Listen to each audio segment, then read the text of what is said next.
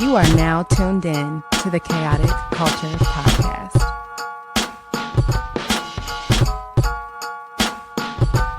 It's the KKP on your mother flipping airways. Hear the name ringing through the halls and the stairways. You were listening to a pod that can segue. All the latest topics guaranteed to fill your headspace. It's a safe place to voice your opinion. Say what you feel just like you're a kid again. Kid to pro and friends, black as obsidian. Chaotic culture, that's the world we living in. So what's the word?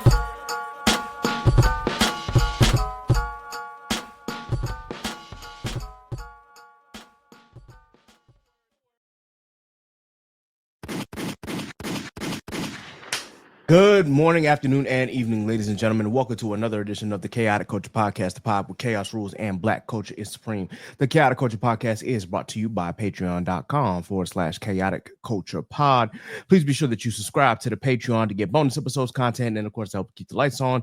You can subscribe today for only $3 a month. Once again, we appreciate all your support.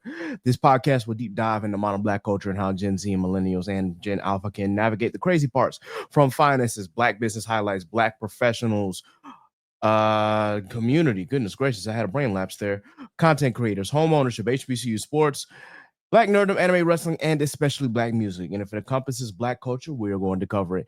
Live from the 410, I'm the host and the creator of the Chaotic Culture Podcast. This is your boy, Ket the Pro, aka the Calculator Millennial, aka the Encore presentation. Can I get an encore? Do you want more? AKA your favorite toxic adjacent king, Ket the Poet, Ket the Closer, all that good stuff. 843 is me. Baltimore's the place to be.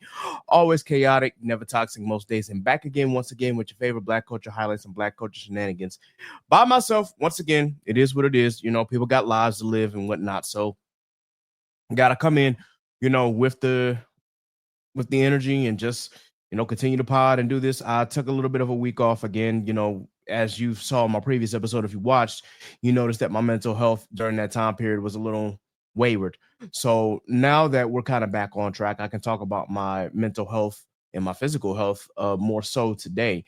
So right now, mental health is fine. You know, I think that it's important that we have these fine weeks. So I have been obviously doing pretty good. I cannot say any more than that, honestly. Like, nothing traumatic has happened, nothing that has allowed my mental health to steer off the path. I think that so far I've been doing a pretty good job since the latest episode. As y'all know, again, the weight of podcasting can be a heavy one, so it's just something that I have to deal with. Though I will say that in that heaviness, I was able to hopefully, prayerfully, find a social media manager. So shout out to that. I am hoping that they will come in and really make a huge difference. So that way a huge weight can be lifted off my shoulders. And that way we can collab with each other and make this podcast more widespread. So that way, not only are we catering to you, but we're catering to a larger audience as well. I know I should be on TikTok. I should be on Twitch. I should be pretty much everywhere that's accessible. And I promise you that I will do that. Though I will also say that I have reservations about that, because we see what AI has evolved to. And it's just kind of crazy that all of these actual AI pages are getting a lot more traction than real people. And that's scary. That's very scary. I remember when AI was like really being first introduced as a concept, and it was like, okay, this is a little weird and it's a little strange, but all right. But the fact that it's evolving so quickly is a very scary thought. I can't tell you how many AI videos I just see on Facebook alone and on Twitter/X, whatever you want to call it.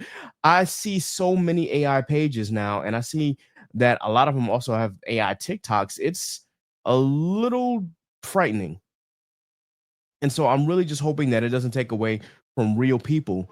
And that's something that I also want to mention as well, is that you got all these red pill folk out there. They're saying that, oh, these illegals are taking jobs away from people, especially black people. No, it's AI. It's technology. They're taking the jobs away from people.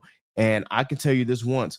No undocumented immigrant has ever taken a job away from a black person, at least none that I know of. They're not doing it, or they're not taking a job that a black person is willing to do.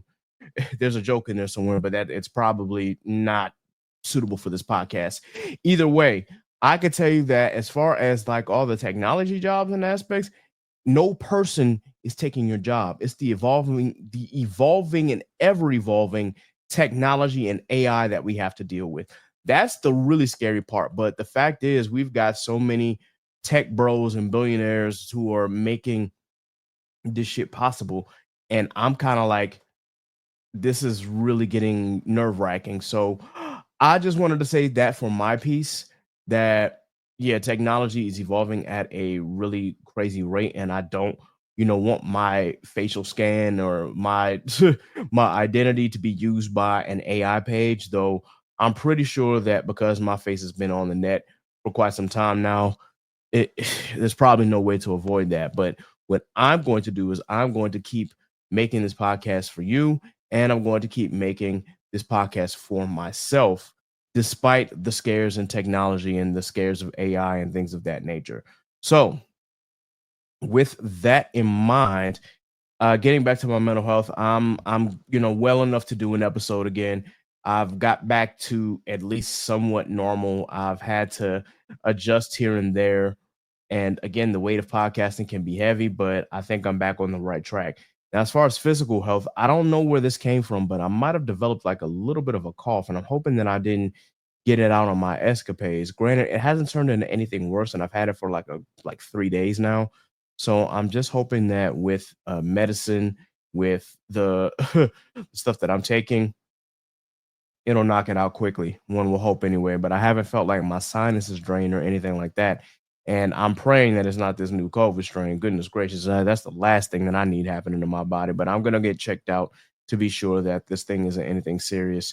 And I'm hoping that it's just like a normal summer cold that came out of nowhere. In which case, once again, I try my best to stay masked up in highly populated areas. So, and I can only do but so much if people don't cooperate with you or people don't do the same thing you're doing. Chances are they could pass something along to you because I've learned that America is full of nasty ass people, and it's just the way it is, I guess. But anyway, let's talk about some of the places that I've been and the things that I've been doing in the last week or so. So I want to start off by talking about the Grand National Tour. Yes, Kendrick and SZA came to quote unquote DC. It was really in Landover, Maryland, so it was in the DMV area, obviously.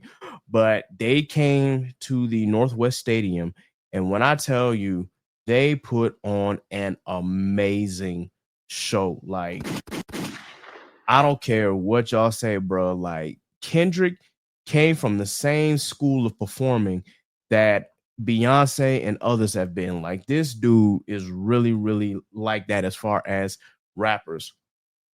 Y'all can say what y'all want about him, and if you're a Drake fan, I'm sorry.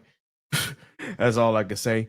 But Drake aside, I'm just gonna say, like, keep the focus on Kendrick. Kendrick, as a performer, is one of the best that I've seen ever.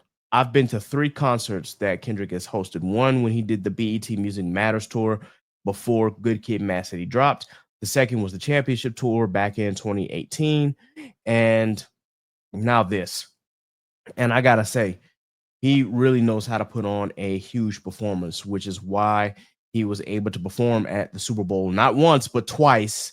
Once as a co-headliner and the next as the headliner. And yeah, and then SZA, oh my God, such a heavenly voice. Like, SZA can really sing, y'all. I don't know if y'all have ever seen a show live from SZA, but SZA can actually sing. I know that she comes from the whisper tone era where a lot of these girls, like, they're studio singers and not actual singers. But no, SZA actually got pipes on her. And sometimes it was kind of hard to tell what was SZA's voice and what was the background vocals, because the way that Northwest Stadium system is set up, like, the sound system was going in and out at times. So it was like sometimes you could hear Kendrick go in and out, even though he was very clear, and then sometimes you can hear SZA go in and out because the mic system in there was garbage. But Northwest Stadium is also not one of the best football stadiums in the entirety of America. So I can kind of see why the Washington Commanders want to go back to DC. That being said, if they stayed, I'm pretty sure the state of Maryland would have found a way to continuously upgrade Northwest Stadium. But now it's just kind of like, all right, well, they're there until what, 2030, I guess. And then after that, they'll be back in DC. But we'll see what happens. Either way, the concert was absolutely phenomenal.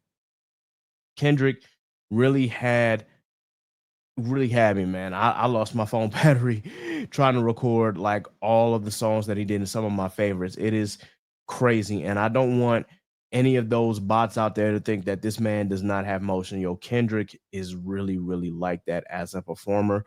And his music is continuously showing that it's timeless. And when I say that stadium was rocking, listen, they was rocking for both SZA and for Kendrick.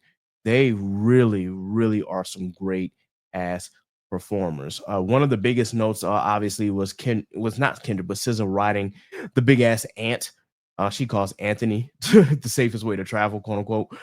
That was fun. She also did like this visual where she had the butterfly wings on, this long ass dress, obviously, which I guess is her hatching from the cocoon. And of course, she had the harnesses on that allow her to go up into the air and sort of like not around the entire stadium, obviously, because it's an open air stadium, but around the platform and whatnot. It was absolutely amazing.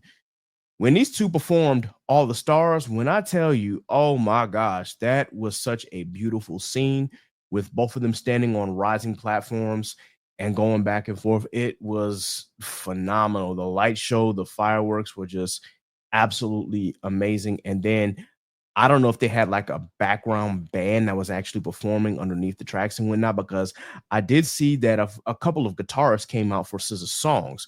So I'm assuming that there was a band there that was actually playing these songs live. We just didn't see them, or at least most of them. And yeah, the rendition of All the Stars was the album version, not the single version that we saw like all throughout the net or on YouTube or anything like that, but the album version. So, SZA performed her extended verse, and still, it was just a beautiful, beautiful sight to behold. Kendrick performing the entirety of Euphoria. Wow. Like literally, like the visuals behind that are still crazy, and I'll probably have to post them on the page soon, or have the social media manager post them, because it was phenomenal. Like, it was absolutely phenomenal. And we can also talk about all the other stuff that he did. Of course, when he did Whacked Out Murals, that's the first song he did when he came out. Beautiful. Like, absolutely a stunning entrance. Of course, he pulled up in the actual GNX itself. The dancers really, really, really did the thing for both artists. Like, the choreography was absolutely insane. It was just, it was a whole show, man. And I actually had 4 seats to it. Granted, I kind of suffered a little bit because unfortunately I was sitting behind a young lady who was about like 6'3". So trying to get like a good view from my vantage point was not good. Unfortunately, I'm only 5'7.5". So on a good day anyway. So it was just kind of like, but I definitely had to raise my phone camera to catch a lot of the stuff that I missed, or I had to look at the screen, obviously. But yeah, it was phenomenal. And then naturally at the end, Kendrick did Not Like Us, and of course he did the second part of TV Off, and yeah, great. And of course Luther was beautiful. We saw like the big red covered GNX and whatnot, and in the background during that performance, it was great, man. That's all I could say. It was great. He also did a few tracks, like he had Anita Baker songs performing. If you know the song Whacked Out Murals, riding my GNX with Anita Baker, and the tape deck is going to be a sweet love. So obviously there were like samples of Anita Baker playing, and there was one song that he actually used Anita Baker's like background vocal, not background vocals, but used the background of Anita Baker's song for, and I believe it was Sweet Love. I'm trying to think of it, but I know the song that he did was Mad City, and it was a different Mad City. I'm like, dang, this is a different flow. using Anita Baker for your background instead of the actual like song track, but it still went and it was still beautiful. And I will say that SZA used Footsteps in the Dark for what's that song? I Hate You. So yeah, it was phenomenal. Absolutely phenomenal. 10 out of 10 experience. Aside from the mic going in and out, wouldn't trade it for the world. I'd do it again. Though I probably would get not the floor seats, but maybe like on the side. If I'm not in the pit with the other fans, rocking out to Kendrick and like seeing Kendrick face to face, and obviously I'm going to be sitting in an area of a stadium where I can actually see the actual performance instead of having to sit on the floor and be level and unfortunately get blocked out by people who are taller than me. So yeah, it is what it is, but I still enjoyed my experience 100%. 100%. Now, this past Sunday, I was fortunate to attend Geekfest at HBCUCon. Now, HBCUCon, of course, is a small little, I guess, con that is gathered or was created by like-minded folk who, of course, went to an HBCU. Now, they've had an actual con in the past, but this year they decided to just go with a normal day, which was like 5 hours. And throughout the day, they had different vendors come in, and it was located at the Overhills Mansion in Catonsville, Maryland. And with that, you had different vendors. You've also had at least, I believe, 8 panels, 2 panels at the same hour. So you had like one panel. No, you had 2 panels at 5, 2 panels at 6, 2 panels at 7, 2 panels at 8. So they're each in different panel rooms. One was in a panel room in a patio. The other was in a panel upstairs. And just meeting a lot of dope people, that was really the biggest thing and my biggest takeaway. First and foremost, shout out to Yup, That's D.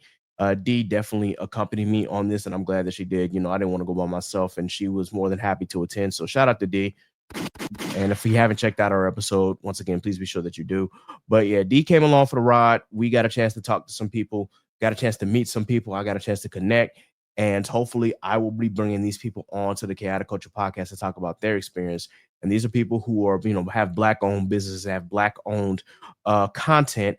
And a lot of them came from HBCUs. And y'all know that I'm an avid HBCU supporter because, I graduated from an HBCU not once, but twice. So, yeah, I definitely am looking forward to that. I wish there were more vendors there, but I can understand that it was a very small and intimate space.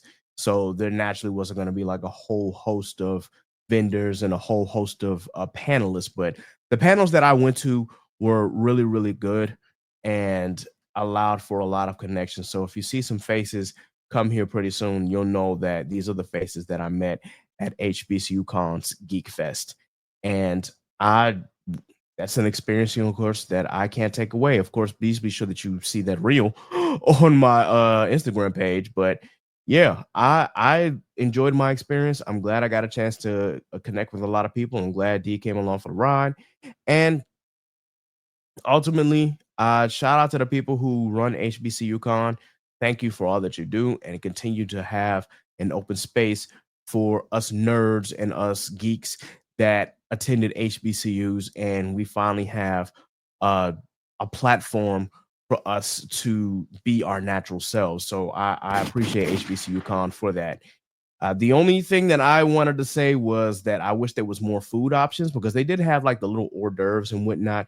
You had some one of it was like a petite rack of lamb, which it's hard to mess up lamb, but the lamb was really good. It was really tender and was really cooked to perfection. The other one was chicken and waffles, and it had a green tomato in the middle. Now, me being from South Carolina, y'all know I love fried green tomatoes. That is like one of my absolute favorite breakfast foods is a fried green tomato. I can't say enough about that. The only problem with this was that the green tomato mixed in with like, I want to say it was like a version of Nashville hot chicken, even though it wasn't hot, it was really, really sweet. And then a waffle underneath did not make for the best combination. And it was like, okay, if you just take out the tomato, the chicken and waffle is fine, honestly. But adding that regular ass green tomato in the middle of it. It's just like, okay, the tomato was there, and it doesn't really like balance out like the sweetness of the chicken, and kind of goes against, and the texture fights against the texture of the waffle. So it was a really, really, really odd combination. And I don't think that I would recommend that unless you do like a fried green tomato, add a like, some pimento cheese on top of that, and then make the chicken less sweet. Now you might be getting somewhere, but the combination that I tried, it was just there. So it was kind of like, it wasn't gross, but it wasn't good. I'm kind of like, okay, would I try it again? No, I really wanted more of that lamb, but it is what it is. It is what it is. But either way, I still enjoyed myself. A big, big shout out to that. I forgot the name of that panel, just like that. I want to say it was Tashala Tailored. There it is. That's the name of the panel. Big shout out to Linda, who I'm hoping to have a guest here, as a guest here very, very soon. Also, shout out to Young Goku, who is a Hampton graduate. And I messaged her and I'm hoping that she responds, but she's got like a lot of followers on IG. So I'm just like, also shout out to my boy Joel. I'm actually met Joel at BlurCon this past year and saw him again. Dude really is into the sartorial, into the tailored industry. And so we actually connected this morning by phone, and we're going to, see price ranges and whatnot, because I got to get my suit game back up. Y'all already know I'm a newt, man. I need some new suits. I need to be, got a neat dress, well pressed and tailor made to me. That's what I'm about. That's what I'm trying to get back into. So we're gonna have a discussion, and hopefully, I can afford this price point, because yeah. But still, I support Black business. I support Black endeavors. That is what I'm here for. And there was another panelist. I forgot her name just off the top of her name, off my head, but I will reach out to her as well, because I think I follow her IG page anyway. So I'm definitely going to reach out to them. Also, shout out to this dude, awesome dope dude by the name of Queen, or Queen Cook Too Crazy. I think that's the name of his IG. But anyway, he actually founded a Black Nerd Initiative at Bowie State. And so I'm definitely going to reach out and have him on this platform, because I definitely want to talk more about what he's doing for, what he's doing, not only at his university, but also just for nerd culture in general. So big, big shout out to that brother right there, man. He dope, absolutely dope. Anyway, that was my experience with the Grand National Tour and with HBCUCon. Now, moving on to a lighter subject here. I have been seeing a lot of people have been getting into Love Island USA. And I'm not trying to be a contrarian for contrarian's sake, but I did want to talk about the reasons why I can't do shows like that. Because most of the time, I know that these people are actually just actors, and a lot of the stuff that they do is based on the script that they were given. And yes, I do believe that they're given a script. I do not believe that this is like actually real and happening in real time. Like, no, these are paid actors, paid to act this way. That's how I've always felt about reality TV in general. They're acting like this is real, unfiltered, and not scripted. But there's a script, there's a general script, and then they just kind of let the people do what they do as far as, the actions that the script tells them to do. And I just personally, I just don't want to do that. I've watched plenty of reality TV to be disgusted by it. Some from people of my color, and then some of the my Eurocentric friends. And I just can't do reality TV, yo. I'm sorry, because I'm gonna get sick of it real quick. I still remember when a few of my friends kidnapped me and made me watch some reality show. I was interested in the end, but I was kind of like, yeah, this is like, it's so ridiculous and so foolish, but the foolishness keeps you invested. And I think that's the main basis of reality TV, is that folk act so ridiculous and so foolish. And I just realized my light turned off back there, but folk act so ridiculous and foolish that it captivates you and it capsizes you to be like, yo, I want to see what happens next. Like you've become fully invested just because the actions that they take are just so wild, crazy, and out there. I just personally can't do it because I know that I'm going to get invested in that foolishness. No one good and damn well is a script. No one good and damn well I can't stand shit like that. And I think that is garbage, but it's just like, dog, I just want to see what happens next just for the sake of drama. And I don't want to buy into that. I'm not saying that you can't. I'm just saying that I won't. And I'm pretty sure one of my friends is going to try and force me to watch it again, and I'm just going to watch it just for the sake of watching it. But me personally, I'd rather invest my time in watching anime, watching action shows, watching sports, watching something other than reality TV to keep me invested. I don't know how y'all do it. I can't. I did see the clip of Love Island Madrid, obviously with our favorite person Montoya having one of the biggest crash outs of this year so far, and rightfully deserved because Montoya did not deserve what happened to him, not at all. So I just have to say, man, big up to him, but still, I can't get invested in stuff like that. It's really like I feel like it's gonna like not kill me. Obviously, I can't say that word. It's not gonna unalive me, but it's definitely going to. It just doesn't make me feel comfortable, if that makes any sense. I'm never comfortable watching a reality TV show. I haven't been comfortable like that. I don't know how my cousin used to watch The Real World like back to back. I just couldn't do it. I couldn't do it. Sometimes like certain reality shows, like if they're like, I guess, competition based, like there's prize money involved, I might be able to like watch for real and kind of be invested in it.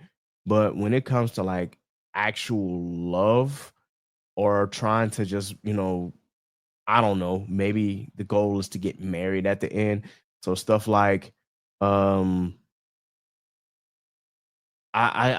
Love at First Sight, and stuff like Love Island USA, or even there's another reality show out there, and I can't think of it because I don't want to get too deep into it. But still, shows like that, no, I just can't. I just can't do it. There's too much drama, it's too much mess, a lot of shit going on. And I could tell just from my timelines and my skylines that listen, people are invested in the Love Island shit. I don't know. Maybe it's the cynicism in me that is like, you know what? Because I haven't found love, I don't want to watch anything that's like love based because it's just gonna make me more cynical just from the way that they interact with each other. Maybe that's the case. I'm only speculating. That might be a deep dive into who I am as a person, but I don't know. More power to you if you can watch these shows. More power to you if they entertain you. But me, I'm going to stick to my cartoons, my anime, my action shows, and my dramas, and my sports ball. For the ladies that like this, be like, "Yay, sports!" Like, yeah, I'm sorry, I love sports. I love basketball. I love football. I'll even watch hockey occasionally. But speaking of basketball, shout out to the Oklahoma City Thunder. They are the 2025 NBA champions. And I got to give them a shout out because I'm a Bulls fan and I did not want the Pacers winning whatsoever. I'm sorry. I know Tyrese Halliburton had become a fan favorite, and really, really prayers to him, man, because I saw when he popped his Achilles, it looked very, very bad. And unfortunately, that's the risk you take when you play with a calf injury. Ask KD. And it's just kind of like, I know that he really wanted to play, though, for his team to help them win a championship. Like, it's game 7 of the NBA Finals. I would probably do it, too. But that is the risk you take. When you have a calf injury and you decide to play on it, your Achilles is going to be like, hello, what about me? Hello? Like, are we just going to say, what did he say fuck me for? That's pretty much what your Achilles is telling you. At that point, Godspeed. But I'm not saying that I blame Tyrese for being irresponsible. I'm not saying that at all because, again, it's the finals. I would probably do the same thing. Let me reiterate. I would do the same thing. But still, it's the risk that you take. And I don't want people coming on here saying, oh, because of injuries is why the the Thunder won. They had the easy way. They did not have it easy, guys. Winning an NBA championship is never easy, and injuries are part of the game. There are a lot of championships out there that, if a person was at full strength, we ask the what if. What if that team had fully strong defense, or what if they didn't have any injuries on their defense in football, or what if certain players weren't injured when they played? We ask all the time, what if Kyrie didn't get hurt the first time that they played the Golden State Warriors? We'll never know. What if Jason Tatum didn't tear his Achilles in a prior series? We'll never know. Unfortunately, that's the nature of the game. Injuries are a part of sports. We just have to kind of live with that. But definitely shout out to the Oklahoma City Thunder, man. They were the best team in the NBA. They had Shai Gilgeous-Alexander was the regular season MVP. That man had the scoring title. That man was the Western Conference Finals MVP, and he was the Finals MVP. He really was a difference maker, but he also had a strong team, man. Shout out to J-Dub, Jalen Williams. Shout out to goodness gracious, man. I'm having brain lapses today, man. Goodness. I can't think of names like on the top of my head like I normally do, but he definitely had a solid team around him for the bench. Just Lou Dort, yeah, definitely shout out to Lou Dort. Hit some clutch threes when they needed it, and they just had a very, very strong defense. And the Pacers had a scrappy defense. Like if you look at their players, from Aaron Nesmith to Pascal Siakam, goodness gracious, I can't say names today. They really had a scrappy team that would not die and would not give up really until the very end, when the game was unfortunately out of reach, because when the third quarter happened in Game 7, Oklahoma City just kind of turned up the defense just a little bit, and they just were forcing turnovers. And at one point, I think they scored 25 points off of turnovers, which is an insane stat. But yeah, man, the Thunder locked in. They got the championship. It's their first title as the Oklahoma City Thunder, and their second as an overall franchise, if you include the title that they won back when they were the Seattle Supersonics in 1979. So big shout out to them. I think Shai SGA, he averaged 32.7 points per game in the finals, which is that's Michael Jordan numbers. And I'm not calling him the next GOAT or anything like that, but that is a Michael Jordan number, because if I remember correctly, Mike averaged 32.6 in the finals, and I think between all 6 finals that he went to, that's the amount that he averaged. So shout out to SGA, man. Really good game. Really, really, really solid. Anyway, I want to talk about some new music that I'm looking forward to. Now, y'all know me. Y'all know about my love for hip hop. So Clips. I got to talk about this upcoming Clips album. It's going to be phenomenal, just from the stuff that I heard. From Ace Trumpets to So Be It to the clip that I heard of Kendrick. Goodness gracious, yo. And I know Pharrell was behind the production. Clips is really showing you that those who really, really rap, they bout this shit. So I'm definitely looking forward to their album, Let God Sort 'Em Out. The first Clips album we've got since 2009. Shout out to Pusha T. Shout out to No Malice. VA, you already know, 7'5".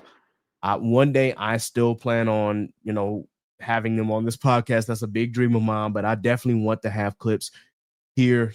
Granted, I'm not in the 7'5" no more, but I spent 15 years in the 7'5". That is basically my second home.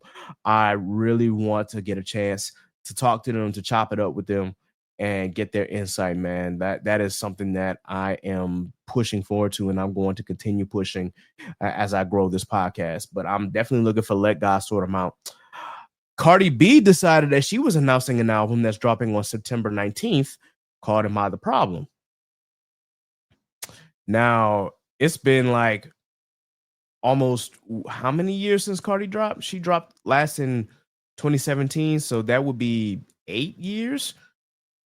Ooh, goodness gracious, it's been a long time. If I look, Cardi B has been successful cashing in on the success of her debut album and from her mixtapes, and just for being everywhere and being an influencer, but getting a chance to actually see her drop music again since her separation from Offset will definitely be interesting. And I want to see, where she takes this. And I honestly want to see what the album sounds like. Now, a lot of people are upset because the album is coming in September, which means it's going to be the end of summer, which means we ain't going to be outside like that, because fall will be literally right behind that date.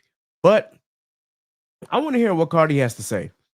And I know that there were track lists that might have been leaked and whatnot as of today, but I ain't gonna pay that no mind. I'm just going to wait and be surprised and wait to see if this actually occurs. And I want to hear what the music sounds like after 8 years. I want to hear Cardi's growth as a musician, and I really want to see her growth as a rapper if she has done any growing. We've heard the clips, we heard, the songs and the tracks and the singles that she's dropped in between years, but I really want to see how she puts together a cohesive album, and I want to hear the story that she has to tell if she does have a story to tell. I'd rather not go through a year of having nothing but a bunch of, oh, here's dance tracks here and there and whatnot and no plot, which brings me to this subject. All right, I really didn't want to talk about this, but we got it. We really have to have a conversation about Young Money. Like we got to have it. Like, I do not know what Lil Wayne was thinking with the Carter 6. I listened to it, guys, and I really wanted to do like a whole album review, and I realized that I was so disgusted with the album, I just can't. Like, I love Lil Wayne too much to get on this internet and slander him for a full 30 minutes.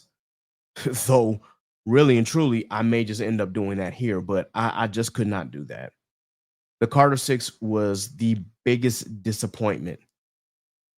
And Lil Wayne is at a point in his career where he doesn't have to release music anymore. You don't have to do this anymore, bro. You really don't. You can just continue giving out features here and there. Yeah, I know technically by a rap age, he's still like 42, 43. So he's not old as far as age, but he's been in the rap game since the 90s, since he was a teenager. Meaning you have had this legacy for at least 26, 27 years, bro. You do not have to prove anything else. But we got another Carter series album, and out of the 6, this is definitely the worst one. No, there's nothing that can allow me to place this any higher than anything else. Like, I cannot believe that I'm saying this, but I wasn't the biggest fan of the Carter 4.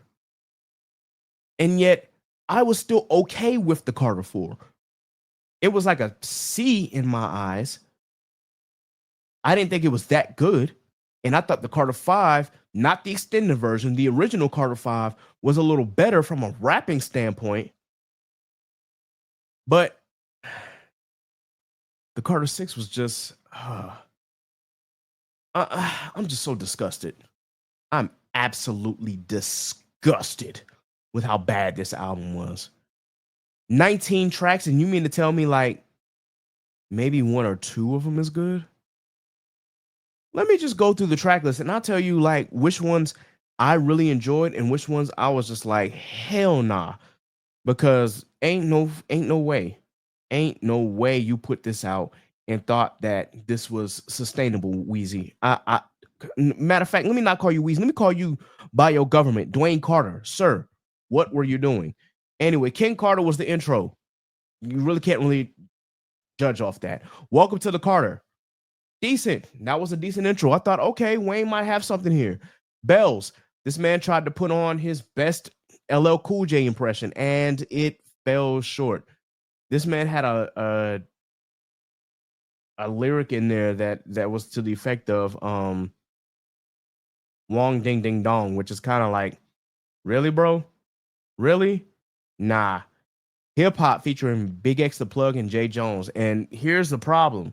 When you got Big X the Plug, who just did the chorus, and Jay Jones wax you on your own track, that's a problem, Weezy. That is a problem, bro. You had Sharks featuring Jelly Roll and Big Sean. Sharks was okay. I could have done without the Jelly Roll feature, but Big Sean absolutely murdered that. You got to give Big Sean his props on that. I'll give him that. So he saved that song. Band from NO felt like it was supposed to be a dance track, but it just fell short and fell flat. And then Wayne did like a lot of repetitive shit and repetitive lyrics in that song. So I'm kind of like, no. Even the remix with Nicki Minaj, and I'll get to her in a bit, it was fine. Her verse was okay. I know that she talked about a lot. She addressed the Met Gala situation, how she was the best dressed in Met Gala.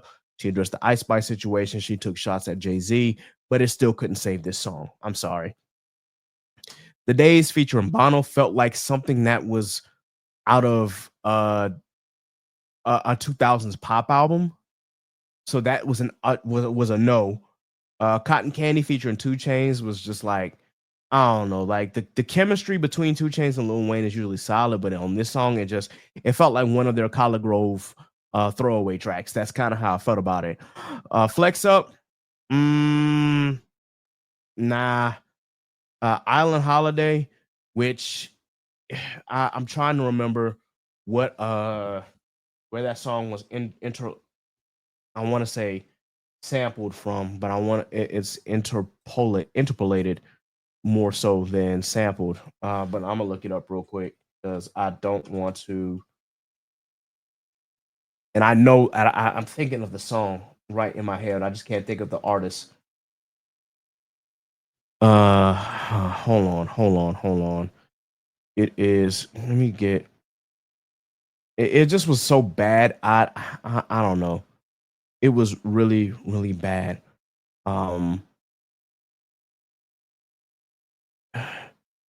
It's okay. Weezer. That's what I was thinking of. Island in the Sun by Weezer. Yeah, it's a cover of the song. And nah. I'm sorry, Weezy. That was not it. I don't know what you were thinking, bro, but that wasn't it. Loki's theme, it felt like a throwaway from Rebirth, and Rebirth was not a good rock album. Here's my thing, Lil Wayne, bro. If you want to be a rock star, if you want to like really be a part of a rock band, bro, just learn how to play guitar, form a band, and just do that. Just do that. Like, why this? Why this? If I Played Guitar was not good. It really wasn't. It was supposed to be somber, but it just didn't make any sense. And then we get the Penis to an Elephant, and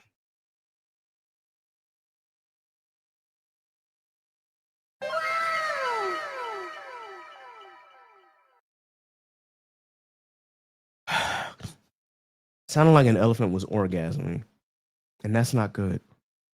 And Lin-Manuel Miranda produced that track. No.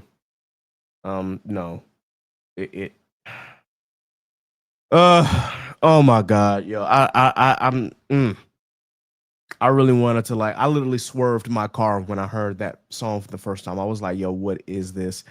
And listen, the rapping wasn't that bad, but it's just like some of the production just didn't mix, not only with this song, but with the album in general. Like, I don't even want to talk about the rest of the album anymore, because like I'd really just want to stop after that, because it's like I don't want to talk about it anymore. It was just that bad. Penis to an Elephant, if it was like a joke track surrounded by a bunch of great tracks, I would be more like, all right, it's a joke track. You know, Weezy was just being Weezy here. But the fact that it's a track surrounded by a whole bunch of garbage, I can't do it, y'all. I can't. Like, I really wanted to discuss this album in full, but I just really can't. And that's why I wanted to say we have to talk about Young Money, because at what point do you realize that you can't rap about the same shit once you hit a certain age? At what point are you going to grow up with the rest of your audience? Or are you going to try and continue to appeal to a younger audience and you may get, a few accolades, you may get a few awards, and you may get some stream numbers and whatnot. But is that really who you are? I just wanted to like pause for a second. Like the thing about with Young Money, and I'm just essentially talking about the three major players of Young Money, and that's Lil Wayne, Aubrey Drake Graham, and Onika Tanya Mirage Petty. Like at some point, you have to be like, hey, I'm getting older, and I know I can, I want to talk about things that I've been going through. I want people to hear my stories and whatnot, not just, oh, I'm fucking a different bitch. Oh, this bitch broke my heart. Excuse my language. I don't mean to use the B word, but I'm in terms of what they're saying. I want to hear more about your struggles in life, about what you've been dealing with. How are you dealing with these things? How you're growing from these things and from these trials and tribulations. And when you listen to Drake's music from, I guess I don't even want to say Scorpion, from Certified Lover Boy all the way to, the some sexy songs for you. There's no growth in his music. There's no growth in his lyrics. There's no growth in him as a person. It's like he has convinced himself that he's this tough guy and that he can just rap about his riches and that he can just rap about how a girl broke his heart, but he just kind of played it off and goes on and moves on to the next girl and continues to have this toxic masculinity about him and whatnot, and think that that's okay. Bro, you are 38 years old. You're about to be 39 this year. You are literally a year away from 40, and you're talking about this. Wheezy, same thing. You are 42, almost 43, still talking about the same ish, still talking about, fucking different women, talking about absolutely nothing about being blood gang and that you, quote unquote, a gangster and shit like that. Like I keep thinking about that penis to an elephant where he's like all red elephant Donald Trump. I really hate that lyric for more than one reason, but still, it's just like, come on, bro. We can talk about more than that. I want to hear Wayne talk about how he dealt with the emotional damage that he dealt with at when Drake had sex with Tammy. I want to hear more about that. I want to hear about Drake actually realizing that he has a gambling addiction and he has an alcoholic addiction, and how he's able to become a better person, become a better father because of it. I want to hear how Nicki Minaj is dealing with being blackballed in the industry, but not just like attacking the industry itself like she has done, but I want to hear her go in depth about how she's dealing with that from a mental standpoint, how she's dealing with that from a spiritual standpoint, how her family, despite the fact that I think her husband is a piece of garbage, I want to hear how he's been there for her. I want to hear how her family has tried to uplift her. I want to hear how her son is her pride and joy and how she is doing all she can to be sure that he has a better life. I want to hear stuff like that. I want to hear about Wayne continuously, granted, he put his son Cameron Carter on a song. It was not good, but he still paid that legacy forward. I want to hear him talk about his family and his children and how they're making him proud. Like, you guys are at the age now where you don't have to continuously appeal to the club, and you can continuously appeal to a younger audience, bro. You're at the age now where you're like, okay, life has happened. Things have happened. This is how I've grown. This is how I've matured, because my audience is growing up as well. I want to hear more about that. I don't want to hear about the same shit over and over and over and over and over and over and over again. That's a problem that I have with a lot of artists like Future. Yes, Future, I get it, bro. You're the toxic boy, but I want to hear more from you, bro. And granted, I do hear bits and pieces of his growth and his struggles within his music. I will give Future some credit for doing that. But I want to hear more about that from the three Young Money. I want to hear about your life, and I want to hear about how life has changed you for the better. But instead, what we're getting is the same old redundant bullshit. And it's like, it's not working no more. People are actually listening now. We're to the point where it's like, yes, the machine, as far as the music industry are going to continuously push certain things and whatnot, but you now have more creative freedom to talk about the things that you want to do. So just do that. Be creative with your shit. So I guess Drake is going to drop a new album called Iceman, allegedly going to be dropping this year. But if it's going to be the same shit as Certified Lover Boy, honestly, never mind, or For All the Dogs, I don't want it. I'm gonna just be playing it. I'm gonna just be playing. I don't want it. If I do not hear any growth in Drake's music, any growth in Drake's lyricism and his rhyme scheme, if he continues to do the shun raps, I'm just gonna be like, all right, I'm good. I'm just being honest. Wayne, I don't need another Carter from you, bro. I don't. Let this be the end. Let this be a wrap. Any other Carters that you got in the vote, keep it to yourself.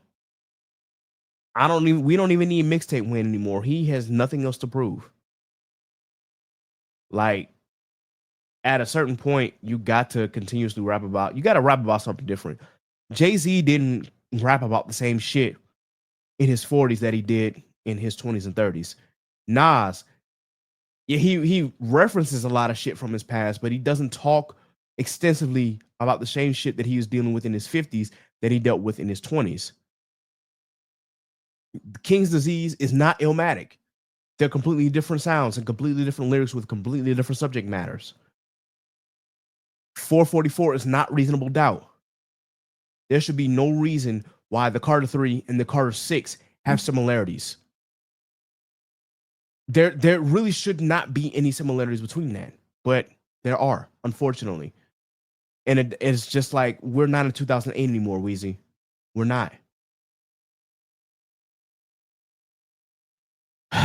Rant over, guys. I just wanted to get that out and just wanted to show and share my frustration with those three in particular.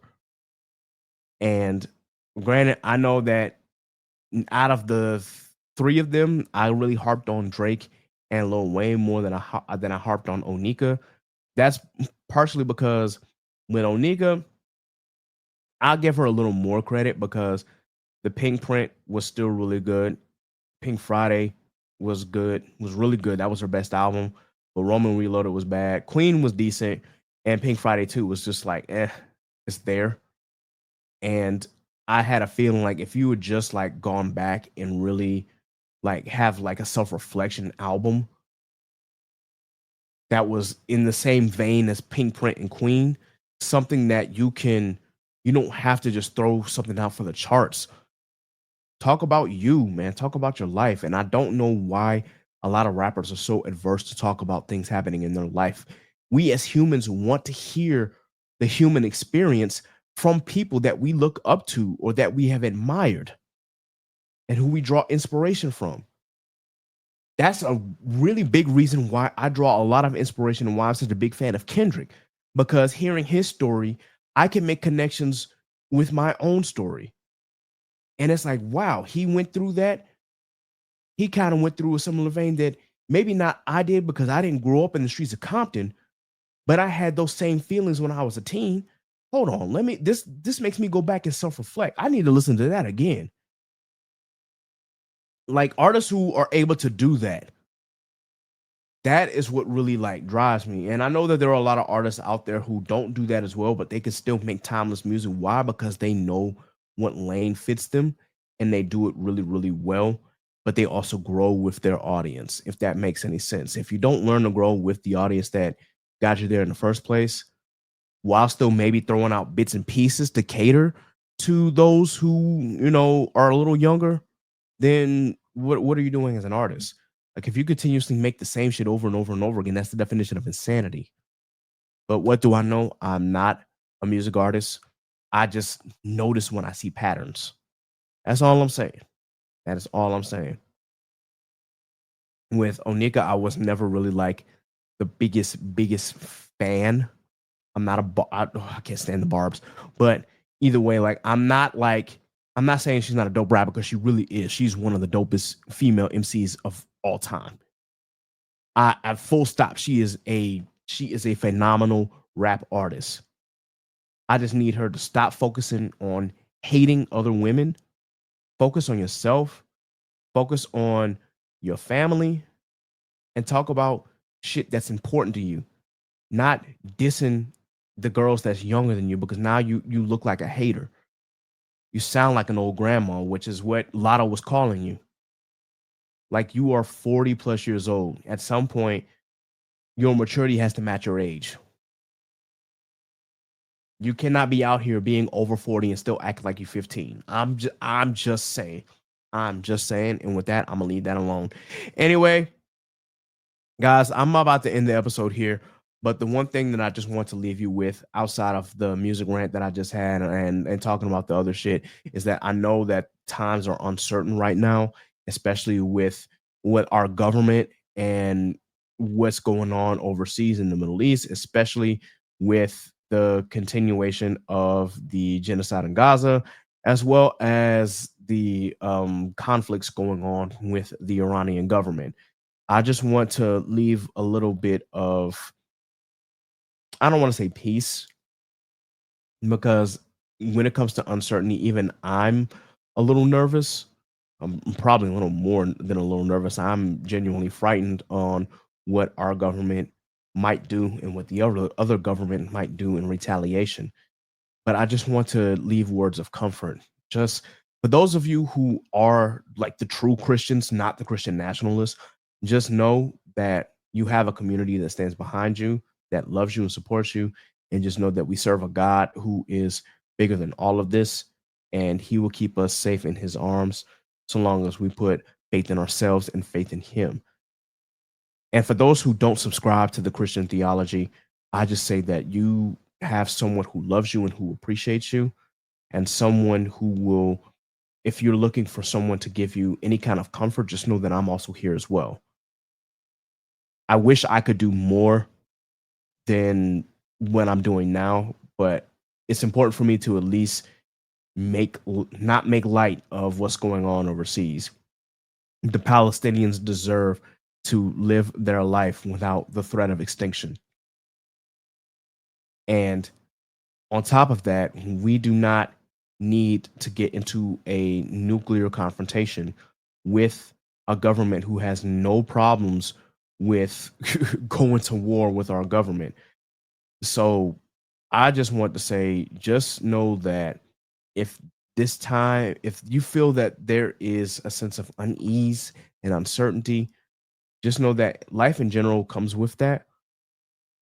But if you're looking for a community that's willing to love and embrace and to keep you comforted and to just show you a good time throughout all of this, just know that you can always find me.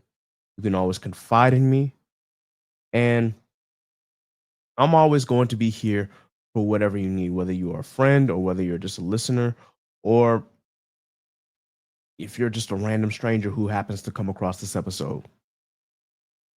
Know that you are not alone in your thinking, and that you are not alone in general. We will get through this together. Regardless of what the United States government decides to do, you and I and we all will get through this together.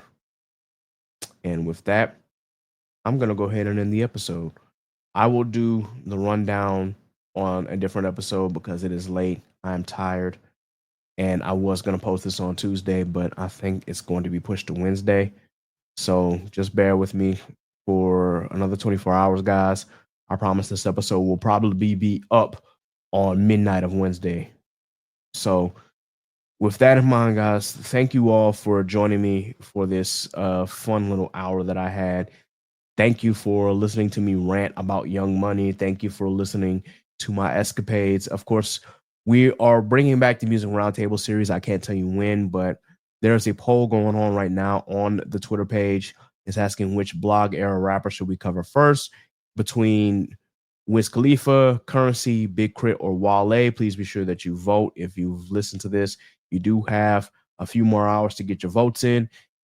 And I think we'll circle back to T-Pain at another time. But I really wanted to cover this just because of the whole Kai Cenat and Wale situation. I thought, let's bring up some blogger era rappers who I grew up with in college and listened to in college and who I really vibed with. That's really what I want to focus on, at least for the moment. So, yeah, definitely check that out, guys. With that in mind, please be sure that you like, share, and subscribe to the Chaotic Culture Podcast on your favorite DSP. Please be sure that you check out our website, beacons.ai/chaotic culture pod. And of course, please be sure that you subscribe to the Patreon. That's patreon.com/chaotic culture pod. You can join at any of the 4 levels, but you can join the first level for as low as $3. Once again, we appreciate your support. You can follow the Chaotic Culture Podcast on Facebook at our Facebook page. You can also follow us at Instagram and Threads at Chaotic Culture Pod. You can follow us on X at Chaotic Culture 1, and you can follow us on Blue Sky at chaoticculture.bsky.social. You can follow me, Ked the Pro, that's K3D the Pro, on all social media. You can follow all of my co-hosts on their social media. Of course, you can follow Scuba Steve at 1428 on all social media. You can follow Sappy at Scratch14 on all social media. You can follow Law at L.JR_96 on Instagram and at Law96_ on X. Excuse me. You can follow Miss Nasa and I'm Nakasa on all social media. You can follow Jay at Lee Train on social media. You already know what it is. Definitely big thank you to the people who continue to listen and to continue to engage with this podcast. Also, big shout out to my new social media manager. I will introduce them when the time comes. But until then, stay tuned for that. Till next time, folks, remember, embrace the culture. Chaos rules. Be blessed. Be safe. God is love. And I'm out of here. Deuces.